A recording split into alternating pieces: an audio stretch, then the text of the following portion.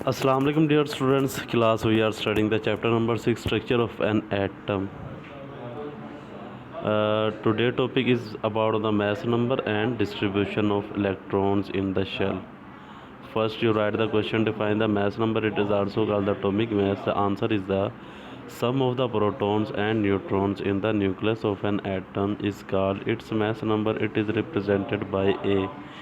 किसी भी एटम के न्यूक्लियस में प्रोटॉन और न्यूट्रॉन की तादाद मजमूई तादाद जो होती है उसे हम मैस नंबर कहते हैं, इसे ए से ज़ाहिर करते हैं। एग्जांपल में the hydrogen atom has only one proton in its nucleus, it's mass number is 1। क्योंकि हाइड्रोजन के एटॉमिक न्यूक्लियस में जस्ट एक प्रोटॉन होता है और न्यूट्रॉन नहीं होता कोई, तो इसलिए इसका एटॉमिक मैस 1 है। कार्बन है 6 proton 6 neutrons, it's mass number is 12। Carbon के एटॉमिक मास को 12 इसलिए है क्योंकि इसके न्यूक्लियस में 6 प्रोटॉन है और 6 ही न्यूट्रॉन।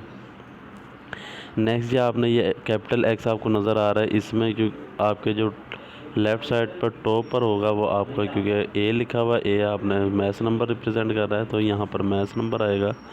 जी आपने प्रीवियस टॉपिक में पढ़ा कि एटॉमिक नंबर को रिप्रेजेंट करता है, इसलिए यहाँ पर एटॉमिक नंबर आएगा। और आप ये भी कह सकते हैं यहाँ प्रोटॉन की तादाद आएगी और ऊपर प्रोटॉन और न्यूट्रॉन की मजमूई तादाद आएगी। ठीक है जी। नेक्स्ट आप क्वेश्चन लिखें, what is the shell. Shell की आप डेफिनेशन लिखें, the path of the movement of the electron around the nucleus are called shell. Nucleus के गिर्द वो रस्सा जिस पर इलेक्ट्रॉन मूव करते हैं उसे हम शेल कहते हैं। शेल को हम एनर्जी लेवल भी कहते हैं। एमसीक्यूज आपने याद रखना है। नेक्स्ट एमसीक्यूज याद रखना है कि शेल को आपके LM कैपिटल जो अल्फ़ाबेट्स हैं इनसे रिप्रेजेंट करते हैं। इसके बाद number of electrons in a shell, एक शेल में कितने इलेक्ट्रॉन होने चाहिए, इसके लिए आपके पास ये फार्मूला है 2n² और n जो है वो आपके पास शेल की तादाद नंबर होगा। ये एमसीक्यूज में टेबल आप देख सकते हैं। फर्स्ट शेल में 2 इलेक्ट्रॉन हैं, बिकॉज फर्स्ट शेल में अगर n की जगह 1 पुट करते हैं तो ये फार्मूले का आंसर 2 आता है, इसलिए मैक्सिमम जो फर्स्ट शेल में इलेक्ट्रॉन आ सकते हैं वो 2 हैं। सेकंड में 8 आ सकते हैं मैक्सिमम, थर्ड में 18 आ सकते हैं। ये डायग्राम आप देख सकते हैं जी। पॉजिटिवली चार्ज न्यूक्लियस बिल्कुल सेंटर में, उसके इर्द गिर्द एक सर्कल पाथ है जिस पे ये येलो कलर के डॉट्स इलेक्ट्रॉन को रिप्रेजेंट कर रहे हैं। ठीक है जी। नेक्स्ट आपने डू प्रैक्टिस ये करनी है आपने। स्ट्रक्चर पेज नंबर 59 पर जो आपके एलिमेंट्स हैं आपने इनको सिंबल विद इनके एटॉमिक मास एटॉमिक नंबर याद करना है और अपनी नोटबुक पर प्रैक्टिस करनी है। उर्दू मीडियम वाले स्टूडेंट्स आपने यहाँ पर लिखना क्वेश्चन, मास नंबर की तारीफ़ करें या एटॉमिक मास से क्या मुराद है, तारीफ़ के साथ एग्जाम्पल करने हाइड्रोजन एंड कार्बन की। इसी तरह ये जो ग्रीन कलर का टिक है ये आपको एमसीक्यूज़ के लिए हाईलाइट किया हुआ है कि आपने एमसीक्यूज़ की फॉर्म में इसे याद करना है। नेक्स्ट आपको शॉर्ट क्वेश्चन है जी, न्यूक्लियस की शेल की तारीफ़ करें या मदार से क्या मुराद है, तो ये एक न्यूक्लियस के गिर्द इलेक्ट्रॉन्स की हरकत के रास्तों को शेल्स कहते हैं। इलेक्ट्रॉन्स मदारों में मुनक़सम होते हैं, शेल्स को एनर्जी लेवल्स भी कहा जाता है। इसको के एलिमेंट से शो करते हैं। ठीक है जी। उर्दू मीडियम वाले भी प्रैक्टिस करेंगे with diagram. So students, we study the topic atomic structure of the sodium. We draw the structure of sodium atom and practice it. You also can read distribution of the electron in a shell.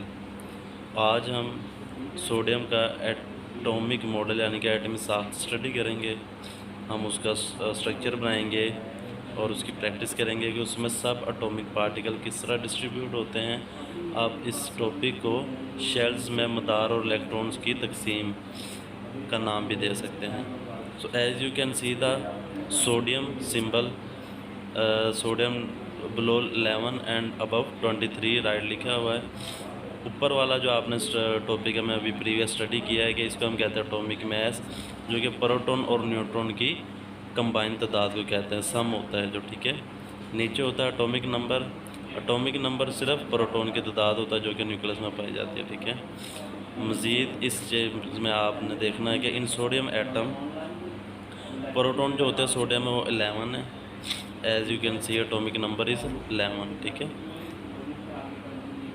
Neutron जो होंगे वो 12 होते हैं, क्योंकि atomic mass से अगर आप atomic number minus करते थे, जो बाकी नंबर बचते हैं वो आपका न्यूट्रॉन नंबर होते हैं। और इलेक्ट्रॉन नंबर भी आपके पास 11 होता है, because in neutral atom sodium have 11 proton, therefore it has 11 electron. ठीक है जी। मज़ीद आपने number of electrons in shell study किया हुआ, जिसमें आपने फार्मूला पढ़ा 2n², कि किसी भी शेल में इलेक्ट्रॉन डिस्ट्रीब्यूट करने के लिए जो फार्मूला यूज़ किया जाता है वो है 2n²। सोडियम के अंदर हमारे पास 3 शेल होते हैं, first, second and third. First shell में कितने इलेक्ट्रॉन आ सकते हैं, फार्मूला अप्लाई करते हुए हमारे पास 2। सेकंड में कितने आ सकते हैं जी, n की जगह 2 लिखें, 2 का स्क्वायर ओपन करें 4 हो जाएगा, 4 को 2 से मल्टीप्लाई करें 8। सिमिलरली 3 पुट करें थर्ड नंबर शेल के लिए, 3 का स्क्वायर ओपन करें 3 9 एंड 9 इंटू द 80। तो ये हमारे पास 3 शेल्स में इलेक्ट्रॉन को डिस्ट्रीब्यूट करने की वैल्यू आ गई। अब हम स्ट्रक्चर ड्रा करते हैं सोडियम एटम के अंदर। ये हमारे पास सोडियम एटम का स्ट्रक्चर है, जिसके अंदर आपने एक न्यूक्लियस ड्रा करना है। न्यूक्लियस के बाहर number 1 shell, number 2, number 3 shell draw करना है। न्यूक्लियस के अंदर क्योंकि आपको पता है प्रोटॉन और न्यूट्रॉन होते हैं, तो आपने लिखना है 11 प्रोटॉन 12 न्यूट्रॉन।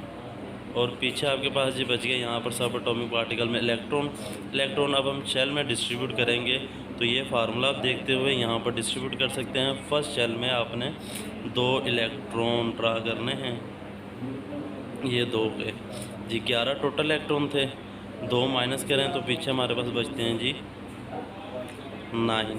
ठीक है। दूसरे शेल में हमारे पास 8 इलेक्ट्रॉन आ सकते हैं, 8 ड्रा करते हैं जी, 1 2 3 4 5 6 7। अब 9 में से जब 8 माइनस करते हैं तो हमारे पास 1 इलेक्ट्रॉन बचता है।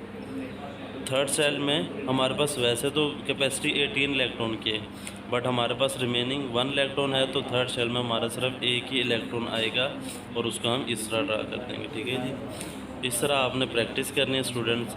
जिस तरह ये सोडियम एटम स्ट्रक्चर ड्रा किया, इसी तरह आपकी किताब पर जो पेज दिया हुआ है सभी बच्चों ने उस तमाम जो एलिमेंट्स दिए हुए हैं उनको अलहदा अलहदा अपने पेज पर प्रैक्टिस करके हुए सोल्व करना है।